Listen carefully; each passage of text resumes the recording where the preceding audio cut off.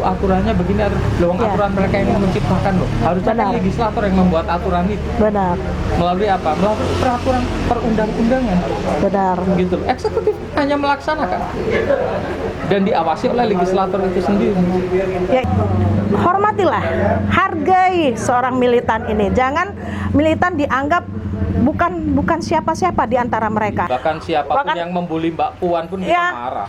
Bahkan membuli Mbak Puan pun kita marah loh, gitu. Apalagi kalau sampai membuli Ibu Megawati. Jangan coba-coba. Ngamuk tuh militan itu.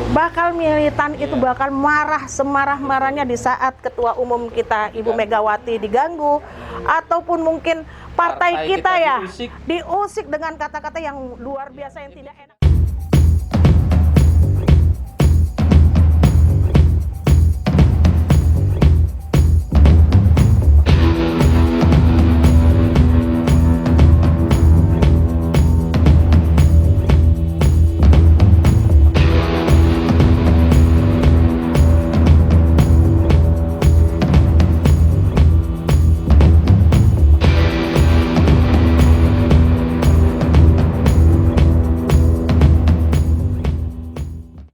Assalamualaikum warahmatullahi wabarakatuh. Selamat sore saudaraku semuanya. Salam sejahtera bagi kita semua. Om Swastiastu, Namo Buddhaya, salam kebajikan. Mereka. Baik, ketemu sama Mbak Desi di Lampung hari ini. Selamat Idul Fitri 1443 Hijriah. Minal aidin wal faizin, mohon maaf lahir batin. Mbak Desi, bahwa situasi Lebaran ini banyak saudara-saudara kita yang mudik nih. Mudik. Kebayang nggak sih seandainya tuh infrastruktur belum dibenahi, infrastruktur belum diberesin, sementara jumlah penduduk tuh makin banyak, makin meningkat, terus kendaraan pun makin banyak. Benar. Masyarakat kita makin banyak tuh yang mampu beli kendaraan. Iya. Kebayang nggak kalau infrastruktur nggak dibenahi itu macetnya akan seperti apa? Benar. Ya, saya setiap tahun itu selalu mudik. Ataupun saya selalu keluar, mungkin Lebaran saya tidak di tempat, tapi pergi ke tempat keluarga. Nah, di saat-saat pengalaman saya dulu, di saat infrastruktur belum begitu sehebat yang sekarang ini, begitu sulitnya, begitu macetnya, begitu yang membuat kita sendiri sebagai rakyat itu merasa sulit sekali untuk menyeberang laut, apalagi kalau saya dari Sumatera ke Jawa atau Jawa ke Sumatera, itu sangat sulit sekali. Apalagi yang ke arah dari DKI Jakarta, Jawa Tengah ke Jawa Timur. Jawa Timur.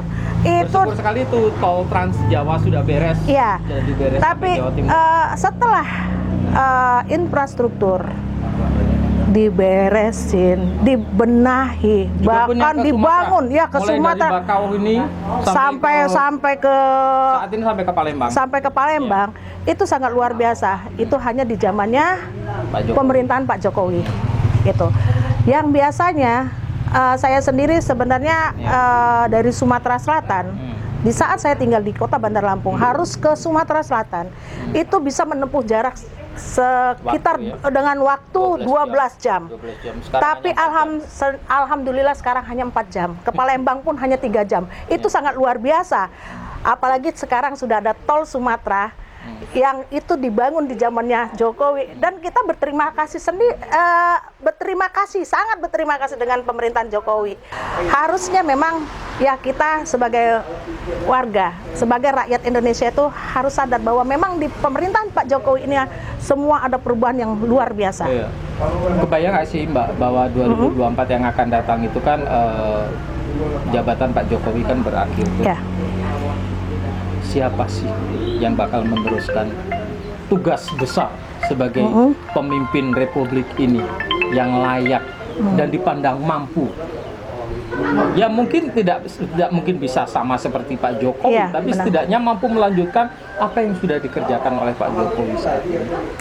Kalau untuk pandangan saya pribadi saya melihat bahwa ada satu sosok yang benar-benar mungkin tidak sama seperti Pak Jokowi, tapi setidaknya apa yang dia lakukan, apa yang sudah dia perbuat, termasuk perilaku perilaku sopan santun, perilaku santunnya ini adalah sosok Mas Ganjar Pranowo. Mas Ganjar Pranowo. Itu yang menurut pribadi saya kayak gitu. Kenapa Mas Ganjar? Karena memang saya melihat bahwa Mas Ganjar ini satu smart, merakyat, dicintai rakyat. Tanpa perlu perintah dengan siapapun, rakyat ini sudah menyusun kekuatan. Iya, membuat relawan-relawan dengan biaya sendiri, dengan sukarela mereka membentuk di bulan ini. Iya. Suci Ramadan kemarin, Benar. relawan-relawan tuh bagi-bagi takjil. Iya. Iya, menjelang Idul Fitri bagi-bagi zakat itu. Membagi zakat, semua dilakukan oleh relawan Ganjar Pranowo. Yang tumbuh dengan sendirinya di seluruh bumi Nusantara. Ya, itu sama yang dilakukan seperti di saat pendukung Pak Jokowi. Ya. Pendukung Pak Jokowi, relawan Pak Jokowi dengan sukarela bekerja untuk turun ke rakyat, membantu pekerjaan Pak Jokowi, membantu semua apa yang bisa kita lakukan untuk kebaikan rakyat. Relawan yang akan datang adalah relawannya Ganjar Pranowo. Dan artinya bahwa kedewasaan dalam berpolitik masyarakat semakin bagus. Semakin bagus. Dan nilai-nilai demokrasi ini sudah mulai diserap oleh rakyat. Mereka sudah mulai ingin mewujudkan cita-cita demokrasi yang mencerdaskan, demokrasi yang membawa kedamaian untuk seluruh rakyat, demokrasi yang elegan, demokrasi yang bermartabat. Ini sudah mulai terbangun dengan munculnya kelompok relawan-relawan Mas Ganjar Pranowo seperti halnya era Pak Jokowi dulu. Benar. Ya, kalau pandangan Mbak Desi sebagai kader Sri Kandi Banteng milenial, militan ya, Sri Kandi Banteng militan Kabupaten Bogor. Terhadap maraknya relawan-relawan yang muncul, terus tumbuh kembangnya demokrasi, dan makin sadarnya masyarakat kita di dalam memahami politik itu, bagaimana pendapat Mbak Desi? Banyak. Sebentar, kita menyapa dulu kameramen kita yang membantu hari ini adalah Bang Yus Arbain.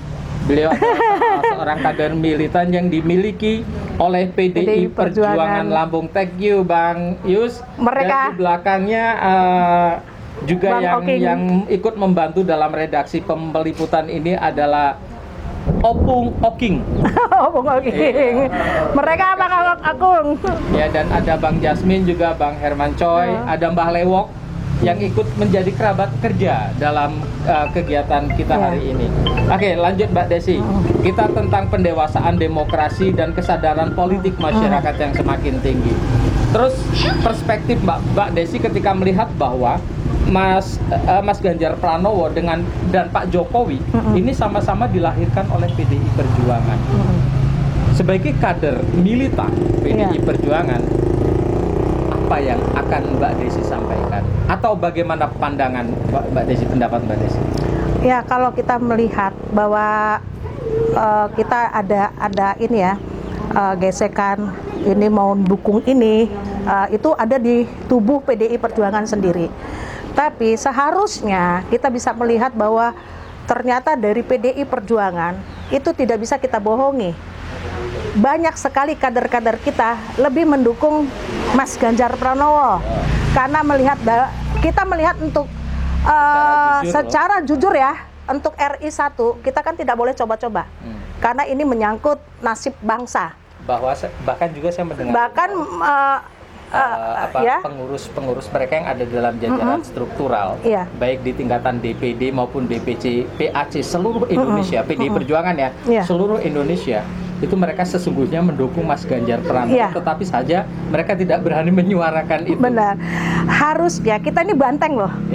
Seorang banteng itu pertama kita harus jujur pada diri kita sendiri dan jujur kita pada partai. Kenapa kita harus takut pada kebenaran? Berbicaralah pada kebenaran. Kalau memang kita merasa bahwa kita seorang banteng yang tangguh, seharusnya apa yang kita suarakan, jangan hanya berani ikut perintah, ikut apa maunya. Toh aja, Bang. Bisa kok itu gitu. Harusnya teman-teman dari Banteng juga harus sadar siapa sih figur yang terbaik buat saat ini, figur yang terbaik buat untuk bangsa Indonesia ke depan. Dan satu lagi, untuk calon pemimpin bangsa itu tidak boleh coba-coba. Nggak boleh coba-coba. Tidak boleh main-main. Karena suka tidak suka. Iya. Tapi betul-betul melihat semangat dan kemampuan dan komitmennya dalam membangun bangsa. Benar. Dalam mensejahterakan rakyat. Benar. Artinya begini deh. Pengalamannya begini. Kita pernah mengalami yang namanya pesta demokrasi terburuk adalah, mohon maaf ya, DKI Jakarta. Ini adalah pesta demokrasi terburuk dalam sejarah. Dan saya mengalami itu, dan karena saya saat itu ada di situ. Sekarang apa yang terjadi terhadap masyarakatnya, mereka menyesal. Dan jangan sampai bangsa Indonesia diprank seperti yang terjadi oleh masyarakat DKI Jakarta. Diprank tuh, akhirnya menyesal mereka. Nah, maka dalam memilih pemimpin negeri ini, saya sepakat dengan Mbak Desi, jangan coba-coba. Tapi betul-betul pilihlah pemimpin yang memang terbukti mencintai rakyatnya, juga pun bisa diterima dari mulai terlahir dari rakyat dan untuk rakyat, dan bisa ke semua kalangan dari anak muda sampai yang tua. Dan itu saya melihat hanya ada di figurnya Mas Ganjar Pranowo. Bukan karena saya ini, tapi saya melihat bahwa memang hanya untuk saat ini saya bilang hanya Mas Ganjar Pranowo yang bisa melanjutkan estafet kepemimpinan Pak Jokowi. Walaupun mungkin tidak akan sama dengan Pak Jokowi, tapi minimal Mas Ganjar Pranowo yang tahu dan bisa meneruskan pembangunan yang dilakukan oleh Pak Jokowi, dan itu saya melihat Mas Ganjar Pranowo yang hanya mampu. Lalu apa yang harus dilakukan oleh kader-kader PDI Perjuangan saat ini? Ya, mestinya gitu kan. Ayo kita suarakan sampai ke pusat, bahwa kami kader-kader, terutama kader militan, kami ingin ada kader terbaik kita yang bisa melanjutkan estafet Pak Jokowi, kepemimpinan Pak Jokowi, dan hanya figur itu hanya dimiliki oleh Mas Ganjar. Dan kabar baiknya adalah di era pemerintahan Pak Jokowi memimpin negeri ini, Indonesia bagian timur, Indonesia tengah ini juga sudah mulai dibenahi. Dalam sejarah bagaimana kita memiliki, Pak Jokowi mampu membangun sirkuit di Mandalika yang terbukti itu sesuatu yang sangat mengejutkan. Orang tidak percaya, tapi ternyata terbukti kita menjadi tuan rumah MotoGP. Benar, sangat luar biasa ya Mas ya. Luar biasa, dan masih akan ada agenda-agenda internasional yang lain itu nantinya. Dan bagaimana infrastruktur juga di Indonesia Timur dibenahi oleh Pak Jokowi yang tadinya belum tersentuh oleh kendaraan, sekarang kendaraan sudah bisa masuk. Artinya bahwa percepatan ekonomi itu seperti yang diinginkan oleh Pak Jokowi sedang terjadi. Percepatan pertumbuhan ekonomi dan pembangunan itu saling bersinergi, Mbak Desi. Yang jelas lagi bahwa saya bilang tadi, sila kelima, keadilan sosial bagi seluruh rakyat Indonesia sudah diwujudkan dan tercipta di eranya Pak Jokowi. Kita ingat di zamannya dulu bagaimana tidak ada pembangunan, hanya pembangunan di wilayah, mungkin di wilayah barat. Java sentris. Tapi sekarang bisa kita lihat begitu cintanya saudara kita di Papua dengan Pak Jokowi, begitu cintanya orang-orang timur tengah dengan Pak Jokowi, karena mereka sekarang bisa merasakan bahkan seperti saudara-saudara. Pak Jokowi. Karena di eranya Pak Jokowi mereka merasa dirangkul sebagai rakyat, dimanusiakan dengan Pak Jokowi, diperhatikan. Karena hanya di era Pak Jokowi lah seorang pemimpin yang bisa merangkul semua rakyatnya, bukan hanya di sentral. Meskipun di sosial media hampir setiap hari kita masih dijejali saja dengan berita-berita provokatif, dengan propaganda yang sebenarnya itu yang kita sayangkan ya. hanya ya berharap semoga rakyat Indonesia itu betul sadar Ya. bahwa mereka mampu membedakan dan mampu melihat politik yang berintegritas itu seperti apa. Lalu apa yang dikerjakan oleh Pak Jokowi adalah sebuah kebohongan atau bukan. Lalu penyesatan politik itu akan merugikan rakyat itu sendiri. Semoga saja kita berharap rakyat kita makin cerdas dan makin sadar, sehingga tidak mudah lagi terpengaruh oleh propaganda-propaganda yang dibangun oleh kelompok-kelompok Benar, Mas. yang sampai sekarang belum bisa move on. Mungkin move on itu mungkin sebagian sudah ya Mas ya, sudah mulai merasa sadar, tapi sebagian juga masih terprovokasi dengan ya menjual itulah kayak gitu kan, sehingga mereka tetap merasa benar, padahal mereka mungkin di-prank, yang kata Mas tadi, di-prank atau dibohongi dengan media sosial yang memang jahat sekali. Saya bilang terutama masyarakat yang sebenarnya tidak mengerti bahwa mereka ini hanya menerima berita-berita hoak yang menyesatkan mereka, gitu. Itu yang kita sayangkan. Ya saya berharap sudahlah, tolong politikus yang sudah memprovokasi. Kalau Mbak Desi menyebutnya politikus ya, kalau saya politisi. Mungkin bahasa saya lebih halus. Politisi. Tapi kalau Mbak Desi mengatakan politikus itu adalah hak politik Mbak Desi. Maksud saya gini Mas, ya politikus atau politisi yang politisi itu bahasa politisi saya. Ya, oke. Saya bilang politikus yang mereka hanya demi mungkin demi kekuasaan, demi sebuah jabatan, demi kepentingan pribadi maupun golongan, dengan teganya mereka menyesatkan rakyat yang tidak tahu apa-apa, yang sebenarnya mereka harusnya diberi jalan bahwa ini adalah ayo kita membangun Indonesia, bukan karena bendera merah kuning hijau atau apa, tapi yang kita lihat bahwa inilah bumi Indonesia. Kita mau Indonesia ini damai, kita mau Indonesia ini semakin maju, semakin hebat, semakin luar biasa, tanpa ditunggangi politisi atau politikus yang sebenarnya mereka mungkin. Dan kabar gembiranya itu adalah kelompok milenial saat ini mereka pun semakin cerdas. Iya, benar. Walaupun ada sih kelompok-kelompok milenial tertentu yang kemarin itu mengaku sebagai mahasiswa yang mengatakan Orde Baru itu rakyat lebih mendapatkan kebebasan dan kesejahteraan. Benar. Ini anak-anak ini kan di zaman era Orde Baru belum lahir. Belum lahir, Mas. Nih, nggak ngerti bagaimana kejamnya Orde Baru. Benar. Mungkin di era Orde Baru kita ngobrol begini saja, besok udah masuk penjara, Mbak. Atau hilang Dan nggak ada kabarnya. Benar. Gitu kan. Benar. Menjadi rahasia umum lah bagaimana era Orde Baru itu membungkam suara-suara rakyat, hak-hak rakyat dirampas. Benar. Tapi sudah, kita tidak usah bicara itu. Yang pasti kita saat ini mengapresiasi banyak generasi milenial kita yang sudah melek politik dan mulai paham. Benar.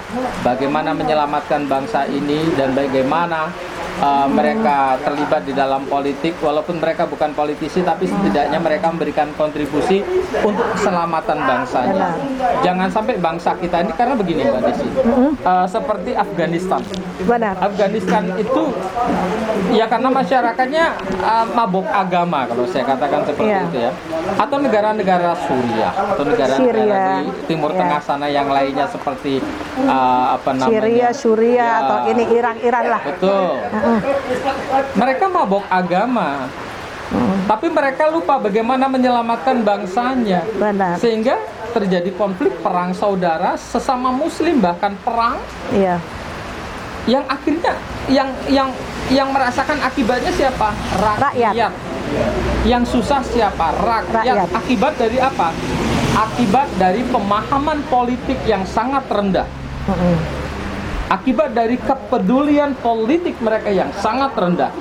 mereka tidak peduli terhadap masa depan bangsanya. Mereka terlalu sibuk dengan mabok agama.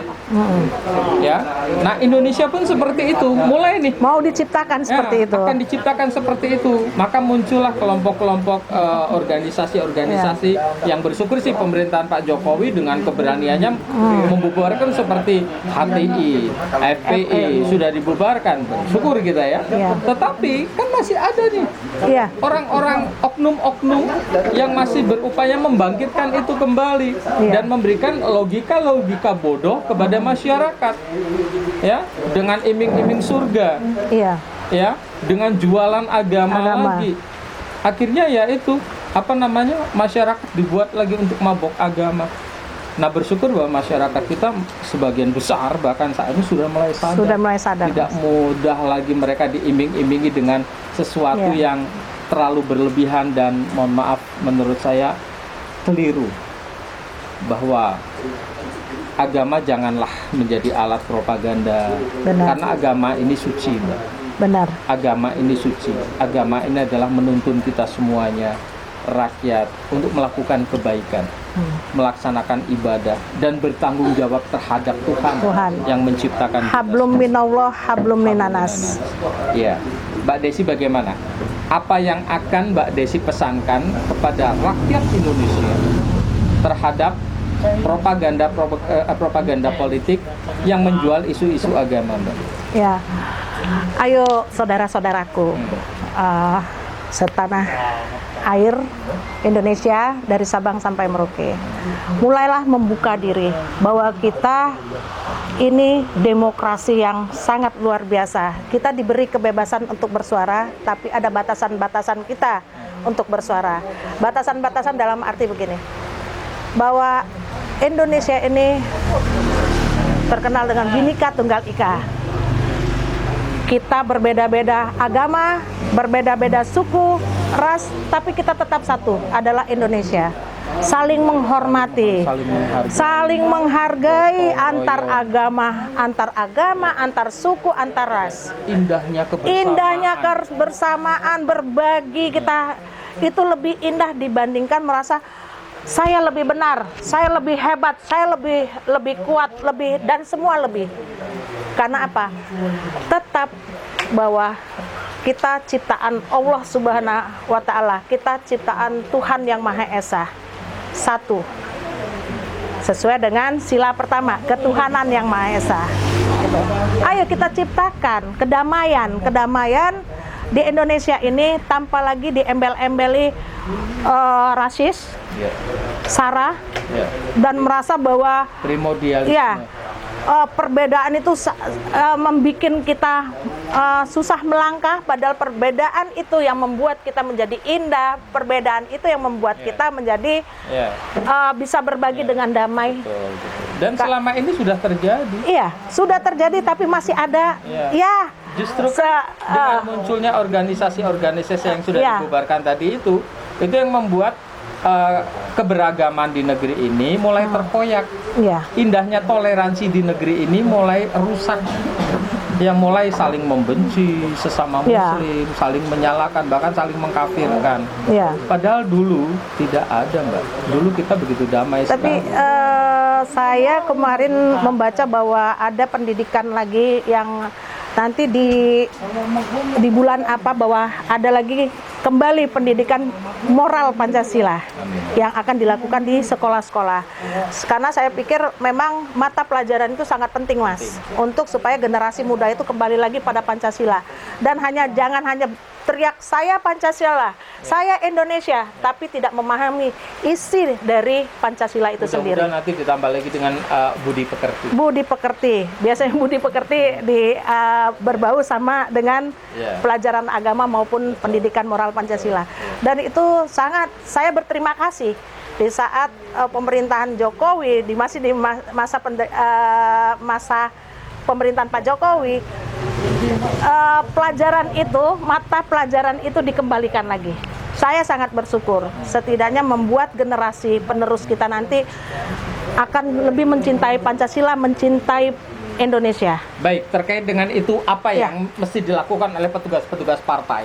Mereka yang menjadi menteri, mereka yang menjadi anggota legislator, bahkan ada yang menjadi ketua DPRD, ketua DPR RI, ketua komisi bla bla Iya, bla bla bla ya. bla. Mereka yang menjadi staf ahli kementerian, mereka yang menjadi pengurus partai di tingkat DPD, DPC, PAC, ranting maupun ini. apa yang harus mereka lakukan itu? Seharusnya mereka memang harus turun langsung ke masyarakat. Jangan hanya diam menunggu perintah. Ketika dikritik marah. Ketika dikritik mereka Diberikan marah. masukan, marah. Diberi masukan, disangkanya kita membelot ataupun kita melakukan perlawanan, padahal bukan. Kita menjaga, gitu, terutama menjaga marwah partai. Kedua, kita menjaga Indonesia, jangan sampai Indonesia ini terpecah belah. Lalu apa yang mesti mereka lakukan itu? Harusnya mereka turun, sosialisasikan. Mereka benar-benar turun ke masyarakat. Mereka memberi pemahaman kebangsaan, memberi pemahaman tentang Pancasila. Dan mereka tidak boleh duduk diam. Diam hanya menunggu, ya maaf ya Mas ya, banyak sekali saya lihat. Kalau dengan Pak Presiden ya, Nah, Presiden hampir Pak setiap Presiden hari itu hampir menemui setiap rakyat ini itu. menemui rakyat. Iya. Masa sih wakil rakyat hanya duduk diam di meja, dan maaf, kalau saya bilang mereka pun gaji dari rakyat. Ya, ketemu rakyat pada saat Ketemu selesai. rakyat di saat mereka ada reses atau kepentingan mereka sendiri. Padahal tugas mereka adalah mereka wakil rakyat. Iya, betul. Mereka harus mendengarkan aspirasi rakyat. Memperjuangkan apa Memperjuangkan. yang memang itu menjadi Ya, memperjuangkan apa sih yang menjadi haknya rakyat. berikan hak-hak rakyat. Iya, itu mereka harus turun. Itu. Dan saya sangat sayangkan di saat masih banyak anggota dewan, ya maaf anggota dewan, kalau saya berbicara bahwa mereka itu hanya duduk diam. Di saat permasalahan kita teriak, ada permasalahan di warga, terutama dapilnya, dan itu saya rasakan, ternyata mereka tidak turun. Ini. Banyak politisi kita yang Iya. terjebak dalam aturan-aturan birokrasi. Iya. Nah, ini kan jadi lucu-lucunya begini. Ketika mereka merasa terjebak dalam aturan birokrasi, mereka lupa apa fungsi mereka itu, bahwa mereka ini adalah legislator. Iya. Mereka bukan bagian dari eksekutif. Iya. Ya, justru legislator ini yang mengawasi kerja eksekutif. Iya. Bukan mereka pada akhirnya diatur oleh eksekutif. Ini kan, saya melihat, aduh, Iya. masa seperti itu sih kualitasnya wakil rakyat kita. Ya itulah saya bilang, seharusnya saya meminta sih untuk Sehingga ketika mereka mau memperjuangkan rakyat, memperjuangkan hak-hak rakyat, mereka terjebak ke dalam, aduh aturannya begini, loh Ya. aturan mereka yang menciptakan loh. Harusnya kan Benar. legislator yang membuat aturan itu. benar, Melalui apa? Melalui peraturan perundang-undangan. benar. Gitu. Eksekutif hanya melaksanakan dan diawasi oleh legislator itu sendiri. Ya itulah yang kita sayangkan Mas, masih banyak dewan-dewan yang terjebak di hal itu, sehingga mereka sepertinya lebih condong ya berbicara birokrasi. Di saat ada, terutama di saat ada. Lalu kalau pandangan politik Mbak Desi terhadap barisan kader militan se-Indonesia yang ada di dalam PDI Perjuangan, pandangan politiknya seperti apa? Ya, saya kemarin sempat bilang ya Mas ya, dan sangat keras, bahwa seorang militan, banteng militan itu tidak diukur angka suara, tapi seorang kader militan diukur adalah kemenangan. Ukurannya adalah Kemenangan, dan kemenangan itu adalah harga diri. Yes. Di saat kami kalah, rasanya kami tidak punya harga diri lagi. Malu seperti ditampar mungkin nih. Jadi jangan teman-teman berbicara saya kader militan, tapi berpikir masih dana. Ada uangnya tidak. Di saat bekerja turun ke lapangan, ada ininya tidak, ada icuannya atau tidak itu. Dan di saat kita berbicara militan, tenaga, pikiran, bahkan dana, Mas, kita keluarkan. Kita harus ikhlas karena ini satu, kita menjaga marwah partai. Artinya jangan gampang mengaku saya kader Militan, tapi masih berjuang untuk partai saja masih nunggu. Masih hitung-hitungan. Iya, masih hitung-hitungan. Jangan mengaku militan. Benar. Makanya selalu saya bilang bahwa tidak gampang menjadi seorang militan, tapi bisa kita lakukan sebagai militan. Dengan konsep saya bahwa seorang militan itu diukur bukan angka suara, tapi diukur adalah kemenangan, karena kemenangan adalah harga diri. Lalu bagaimana partai ini harusnya memperlakukan para militannya? Seharusnya ya hormatilah, hargai seorang militan ini. Jangan militan dianggap bukan siapa-siapa di antara mereka. Hanya dipandang sebelah mata. Hanya dipandang sebelah mata, bahkan hanya diberdayakan di saat mereka butuh. Padahal ingat, militan bergerak itu bukan di saat 5 tahunan, Mas. Setiap hari. Dia kita menjaga partai. Siapapun yang mengganggu partainya, militan ini akan marah lebih. Benar. Bahkan militan itu lebih keras, Mas. Di saat harga diri kita dikoyak, di saat kita harus caci maki dengan masyarakat dengan karena berita-berita hoax bahwa kita ini begini. Bahkan siapapun yang membuli Mbak Puan pun kita marah. Bahkan membuli Mbak Puan pun kita marah loh, gitu. Apalagi kalau sampai membuli Ibu Megawati. Jangan coba-coba. Militan itu.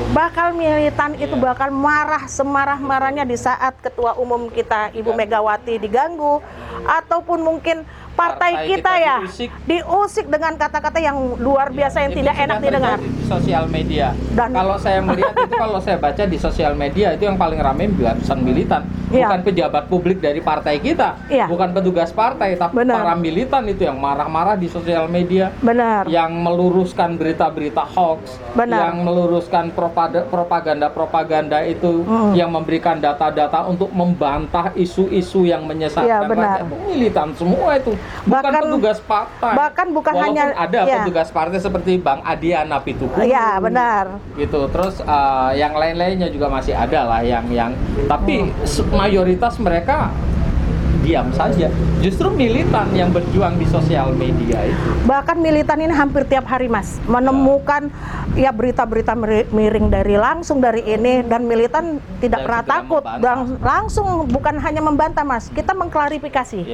Kalau kita membantah mungkin bahasanya agak ini ya, Mas ya. Kita mengklarifikasi bahwa bahwa berita itu tidak benar dengan sesuai dengan data dan di lapangan, gitu.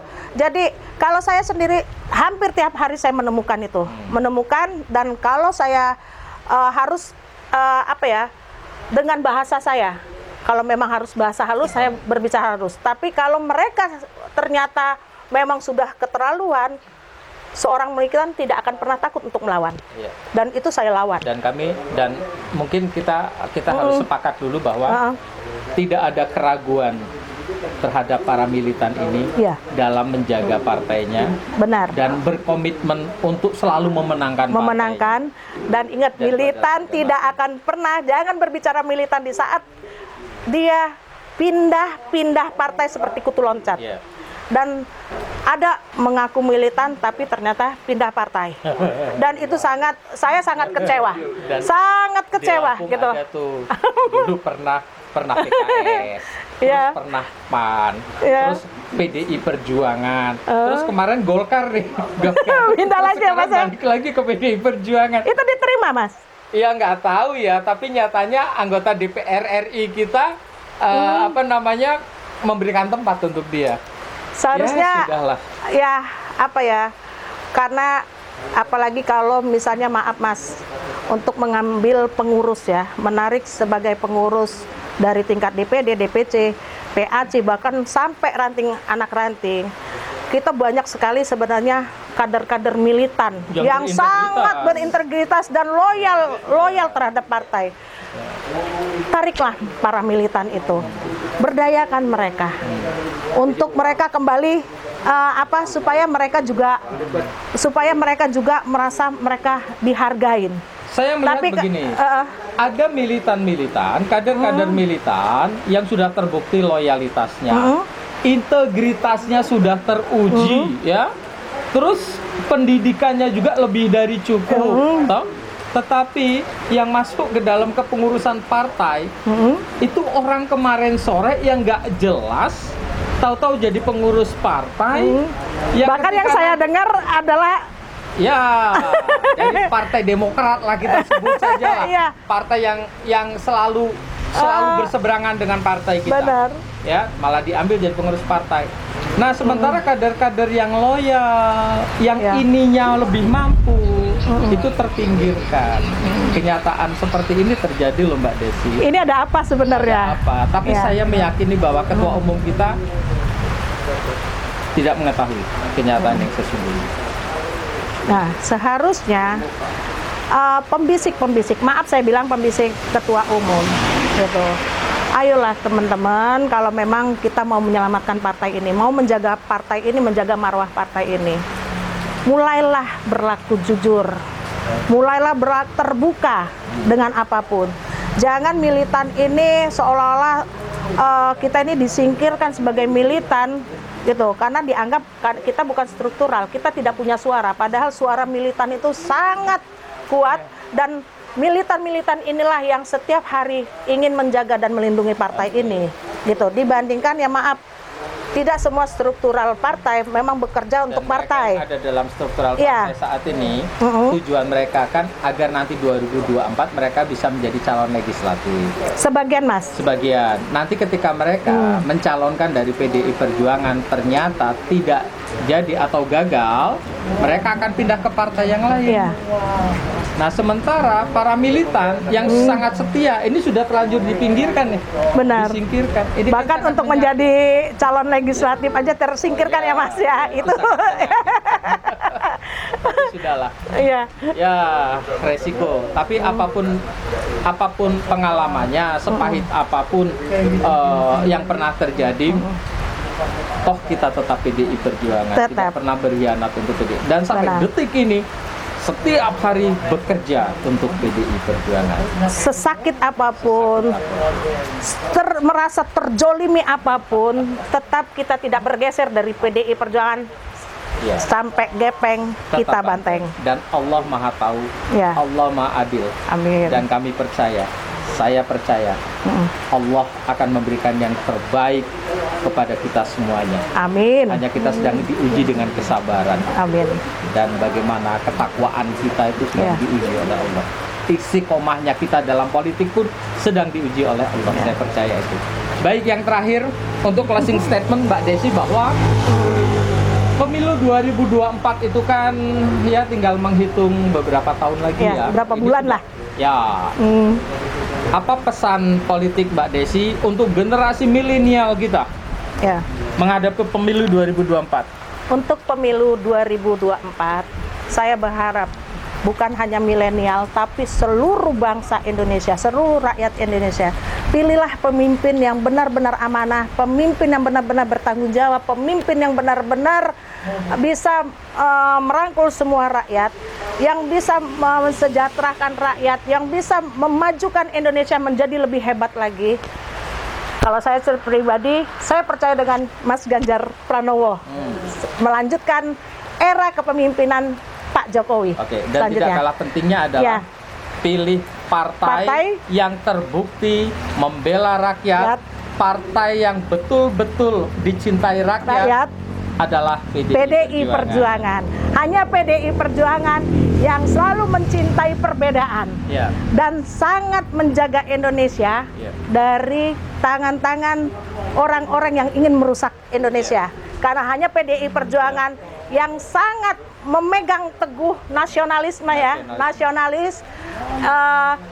Saya berharap bahwa ayo saudara-saudaraku sebangsa dan setanah air, mari kita mencintai Indonesia ini, mencintai dengan sepenuh hati. Jangan lagi kita terprovokasi berita-berita hoak dari orang-orang yang menginginkan Indonesia ini menjadi rusak, Indonesia ini menjadi gaduh gitu. Ayo kita buat damai Indonesia supaya di 2024 dan selanjutnya kita memiliki pemimpin yang hebat yang bisa membangun Indonesia lebih baik lagi. Terus maju. Iya. Menjadi negara yang lebih hebat dan kuat.